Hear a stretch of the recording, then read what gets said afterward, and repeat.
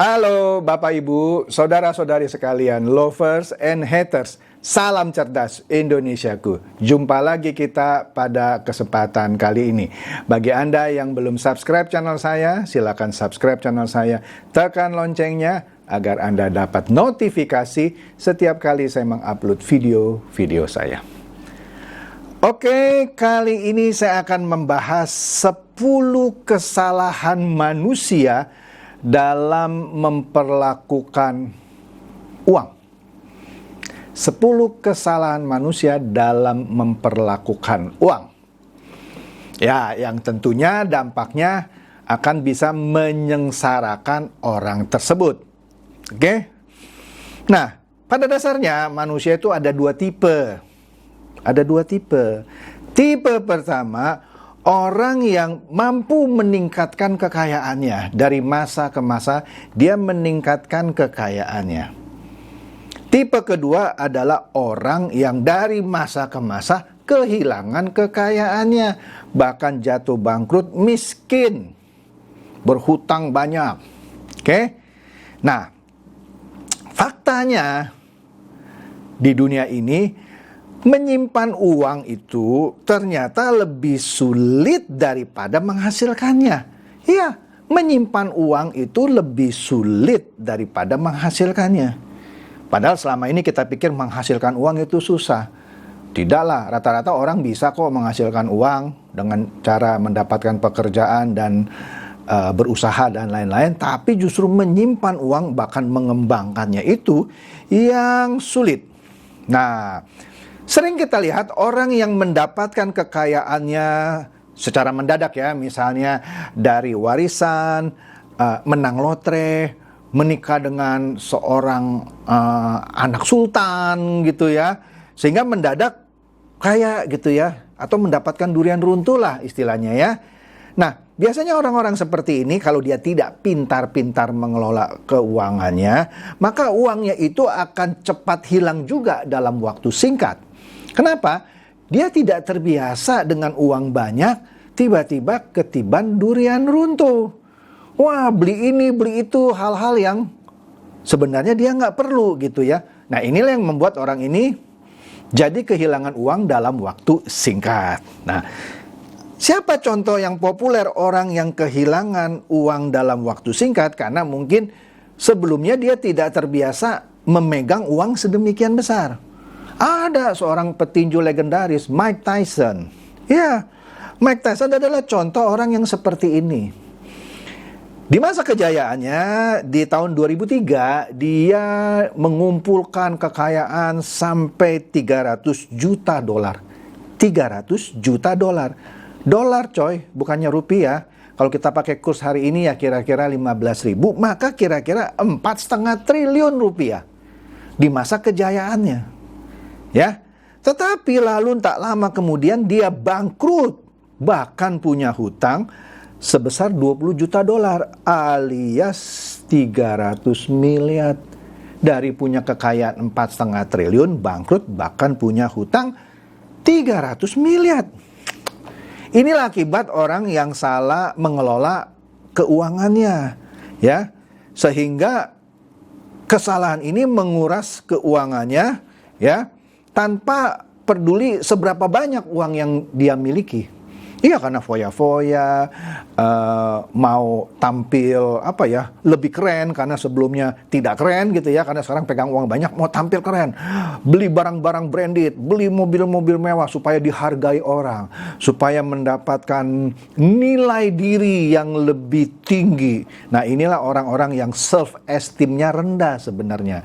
Dia butuh membalut dirinya dengan misalnya baju-baju bermerek, jam tangan bermerek gitu ya, kacamata bermerek. Saya tidak anti barang-barang bermerek.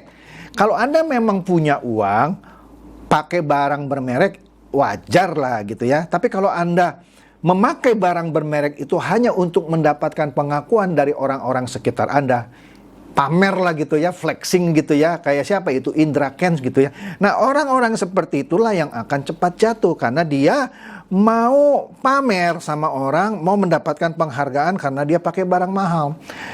Tapi itu masih mending. Ada orang yang mau pamer tapi barang yang dipamerkannya KW misalnya ya. Karena uangnya terbatas, dia mau dihargai orang, dia pakai barang-barang mewah KW. Ini sangat menyedihkan ya. Oke, kita mulai saja ya. Mulai dari kesalahan pertama, kan ada 10 nih ya. Ya, agak cepat nih ya. Kesalahan pertama ialah orang yang membelanjakan uangnya ke obat-obatan, minuman keras gitu ya, rokok gitu ya. Nah, orang-orang seperti ini yang punya potensi akan terkuras uangnya. Kenapa? Misalnya dengan minum minuman keras, bahkan pakai obat-obatan, narkoba gitu ya, rokok. Rokok sih masih mending. Tapi saya pernah ketemu teman gitu ya, rokoknya kayak lokomotif gitu ya, enggak pernah berhenti gitu. Sehari mungkin bisa 5-10 bungkus loh. Bener. Kalaupun dia bisa mengurangi rokoknya, ya dia pakai rokok orang lain gitu ya. Kalau dihitung lah, kalau dia sehari 5-10 bungkus, sebulan berapa? Setahun berapa? Kan sebenarnya uang yang dibakar-bakar itu kan bisa untuk ditabung kan sebenarnya. Nah, inilah orang-orang yang kehilangan uang karena kebiasaan buruknya. Dan karena kebiasaan buruk merokok, minum minuman keras, bahkan pakai narkoba, itu merusak kesehatan, ya. Sehingga kalau Anda sakit, apalagi Anda nggak punya asuransi, waduh, itu akan menguras kekayaan Anda, ya. Jadi uang Anda hambur-hamburkan begitu saja karena kebiasaan yang salah. Kemudian kesalahan kedua terhadap uang adalah Anda membelanjakan melebihi dari apa yang Anda dapatkan. Iya. Kalau orang, nah ini dia, kalau orang taraf hidupnya sudah mulai naik ya, misalnya dari karyawan menjadi supervisor, kemudian dari supervisor menjadi manajer, dari manajer menjadi general manager, atau dari general manager menjadi direktur misalnya. Nah, pada saat yang sama dia juga mengalami apa yang namanya lifestyle inflation. Lifestyle inflation. Jadi semakin tinggi penghasilan dia, gaya hidupnya juga meningkat. Kalau dulu misalnya ke kantor cukup naik ojek, sekarang harus naik motor. Motornya juga harus yang branded, yang mahal deh maksudnya. Kemudian kalau naik lagi nggak cukup naik motor, harus naik mobil. Ya, mobil murah nggak apa-apa, yang penting mobil. Naik lagi dia harus punya mobil sedan yang agak mahal dan seterusnya. Ini namanya lifestyle inflation. Bajunya dulu biasa saja, sekarang harus yang bermerek, yang mahal. Padahal nilai diri seseorang tidak dinilai dari baju yang bermerek mahal gitu. Sekali lagi, saya bukan anti baju bermerek mahal gitu ya. Nah, jadi makin tinggi gaji dia, makin tinggi pengeluarannya. Harusnya makin tinggi gaji Anda, harus makin tinggi juga Anda menyimpan uang Anda. Nanti belakangan saya kasih tahu bagaimana nyimpannya ya. Nah, atau Anda investasikan ke saham, reksadana, ya tentu investasi yang benar. Nanti juga saya bahas sedikit ya. Jadi bukan untuk pamer supaya orang kagum sama Anda. Bukan, jangan gunakan uang Anda untuk membuat orang kagum sama Anda. Karena pakai baju bermerek mahal, jam tangan berlian gitu ya. Padahal nggak perlu. Kecuali Anda sultan lah ya, siapa yang larang pakai jam tangan berlian gitu ya. Nah, biasanya orang-orang yang suka show off ini karena dia punya self esteem, harga diri yang rendah. Sehingga dia menaikkan harga dirinya dengan barang-barang mewah. Dengan memakai barang-barang mewah dia tampil lebih pede. Kalau dia tidak pakai barang mewah, seakan-akan dia jadi rendah diri gitu. Nah, inilah penyakit orang-orang yang self esteemnya rendah. Jadi dia harus pakai barang mewah supaya harga dirinya naik, ya.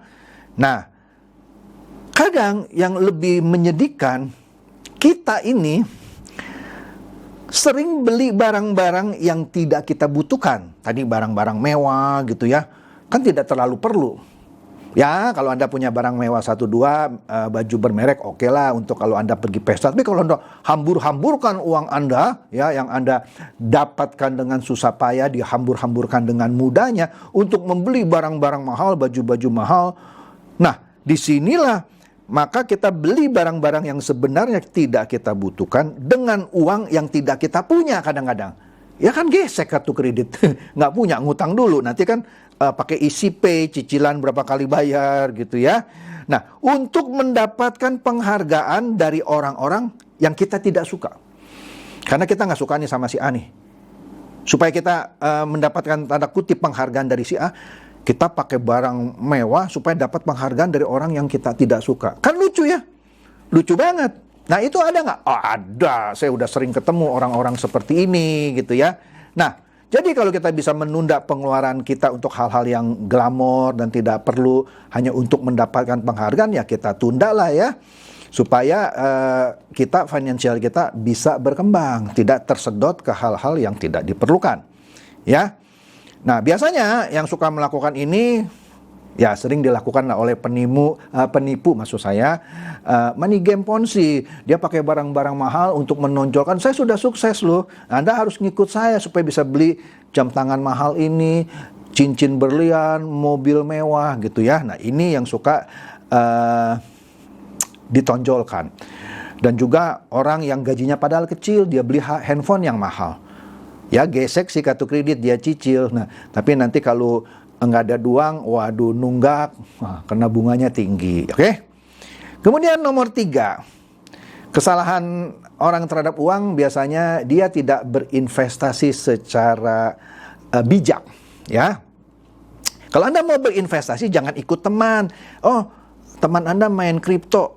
Ya udahlah ikut dah, dia untungnya besar. Sekarang pas lagi hancur, udah gigit jari. Oh dia main saham itu, ikut. Jangan.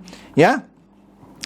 Setiap investasi pasti ada resikonya. Meskipun investasi yang kata orang aman seperti properti gitu ya.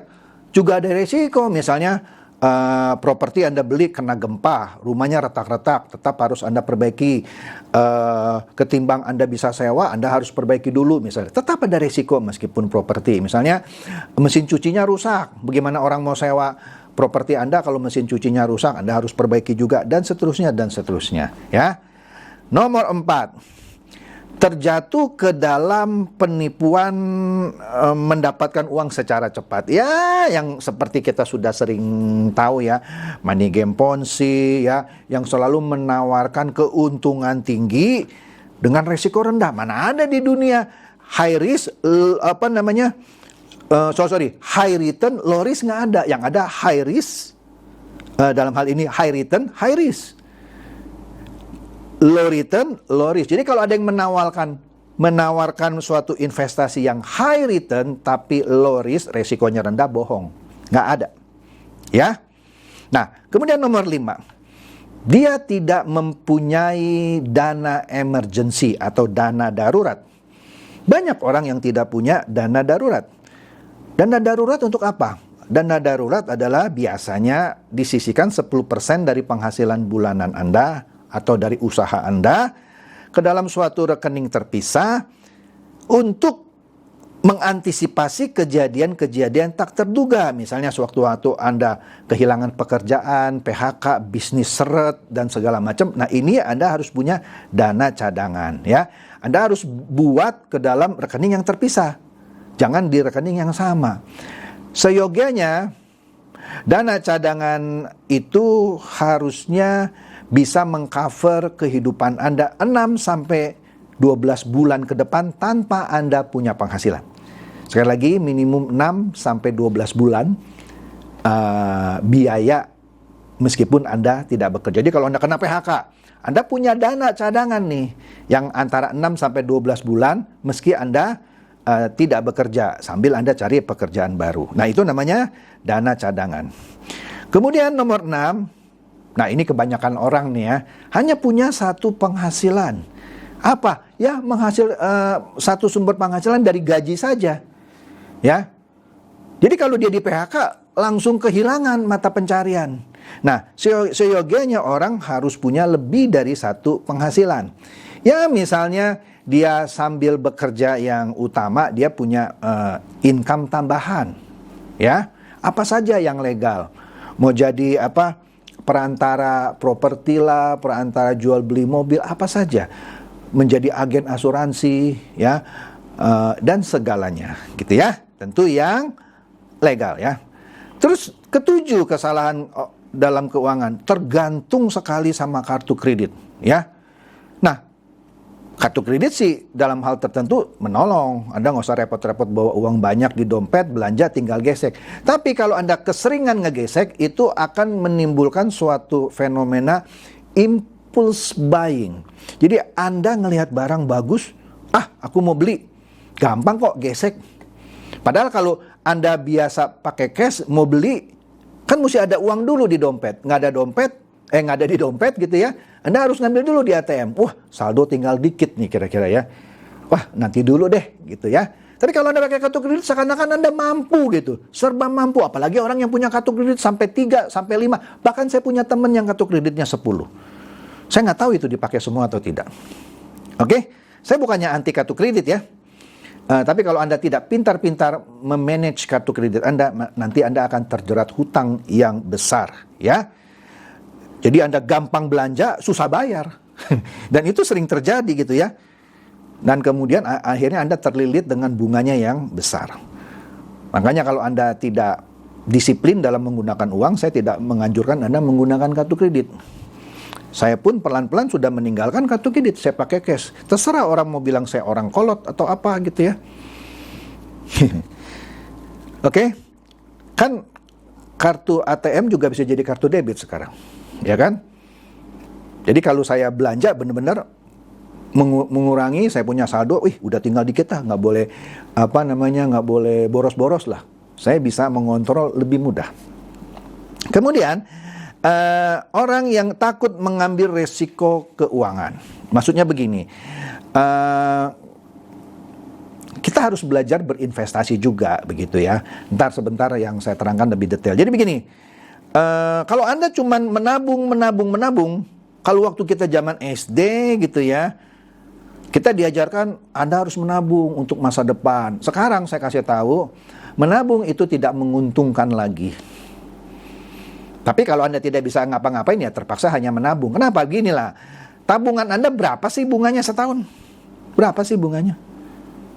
Setahu saya sekarang bunga paling besar ya plus minus 3% kali. Coba ceklah bank Anda berapa ya. Belum setiap bulan Anda kena bunga, tapi bunganya dipotong biaya, bisa-bisa biayanya lebih besar dari bunga Anda. Anda bisa cek lah, tergantung penghasilan Anda. Oke? Nah, kembali lagi, kalau bunga cuma 3%, tapi inflasi 5%, artinya setiap tahun uang Anda tuh berkurang sebenarnya 2%. Karena inflasinya lebih besar dari suku bunga. Jadi kalau Anda menabung tidak menguntungkan. Belum ada biaya bulanan ya. Belum sadar. Sekaranglah sadar ya. Jadi Anda harus berani mengambil resiko keuangan, menginvestasikan uang Anda. Tentu Anda harus pilih investasi yang sesuai dengan profil Anda. Oke? Nah, yang nomor 9, ya kira-kira sama dengan nomor 8, dia lebih cenderung hanya menabung saja tapi tidak berinvestasi. Nah, ini hati-hati kalau kita ngomong investasi ya, karena tidak ada investasi yang tidak ada resikonya. Semua investasi ada resikonya, tetapi kita ambil investasi yang resikonya sudah kita perhitungkan. Bukan hanya sekedar ngikut teman, oh dia ngambil saham anu ikut ah. Oh dia main kripto ikut ah, karena bulan lalu dia untung.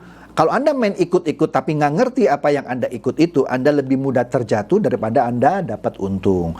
Jadi Anda harus do your own research, lakukan research dari Anda sendiri, yang minta pendapat dari beberapa orang ahli gitu ya. Nah, tapi itu bukan berarti Anda harus total meninggalkan rekening bank Anda. Anda tetap harus taruh uang di bank untuk keperluan kehidupan Anda sehari-hari, bayar listrik, bayar air gitu ya. Dan juga untuk tadi emergency fund, dana darurat. Nah, itu harus Anda simpan dalam bentuk rekening tabungan lah gitu ya. Nah, yang ke-10. Kesalahan orang terhadap uang adalah mereka cuma punya satu rekening bank. Ini bahaya. Bahayanya apa? Anda pernah ingat dong peristiwa bank-bank itu Indonesia diras gitu ya. Kalau Anda cuma punya satu bank dan kejadian itu terulang lagi, ya Anda gigit jari dah. Tapi kalau Anda punya 2 atau 3, mungkin yang ini diras, tapi ada 2 lagi yang tidak diras. Anda masih bisa ambil uang dari 2 bank itu. Kemudian masalahnya juga dengan punya satu bank, rekening di satu bank saja, LPS atau Lembaga Penjamin Simpanan hanya menjamin, kalau saya tidak salah dan kalau tidak berubah, itu 2 miliar per bank.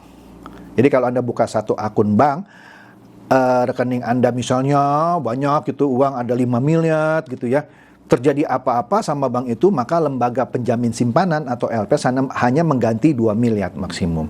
Nah, kan lebih baik kalau Anda punya uang 5 miliar, bukalah 3 akun, yang satu 2 miliar, yang satu lagi 2 miliar, yang satu lagi 1 miliar misalnya. Sehingga kalau tiga-tiganya bangkrut pun tetap dapat penggantian full, karena kan limitnya di 2 miliar ya. Disarankan Anda punya minimum 3 rekening. 1 rekening untuk yang sehari-hari, untuk keperluan belanja, bayar listrik, bayar air, dan lain-lain gitu ya, untuk transfer ke PLN atau beli token pulsa gitu ya. Itu yang untuk sehari-hari. Anda harus punya rekening bank untuk itu. Yang kedua, Anda harus punya yang untuk emergency fund, rekening darurat ya. Kemudian yang ketiga, 1 rekening khusus yang Anda taruh uang itu untuk Anda pergunakan nanti kalau Anda mau jalan-jalan ya, Anda mau tamasya, nonton dari situ gitu ya. Jadi yang 1 pertama untuk keperluan sehari-hari, yang kedua ya kita sebut tadi dana darurat, emergency fund, yang 1 lagi yang untuk entertainment ya. Kalau boleh punya 4, yang 1 lagi yang Anda simpan tidak Anda sentuh-sentuh. Ya, misalnya untuk masa depan anak Anda, atau kalau Anda belum menikah, itu bisa untuk di kemudian hari untuk biaya pernikahan Anda. Oke? Jadi itu saja bahasan saya mengenai 10 kesalahan yang sering dilakukan oleh kita, sehingga ketimbang kita menumbuhkan keuangan kita, malah merusak atau meruntuhkan keuangan kita. Semoga ini mencerdaskan dan mencerahkan Anda semua. Silakan share video saya ini kepada teman-teman, sahabat, atau kerabat supaya mereka tambah cerdas dan tercerahkan. Seperti biasa, terima kasih.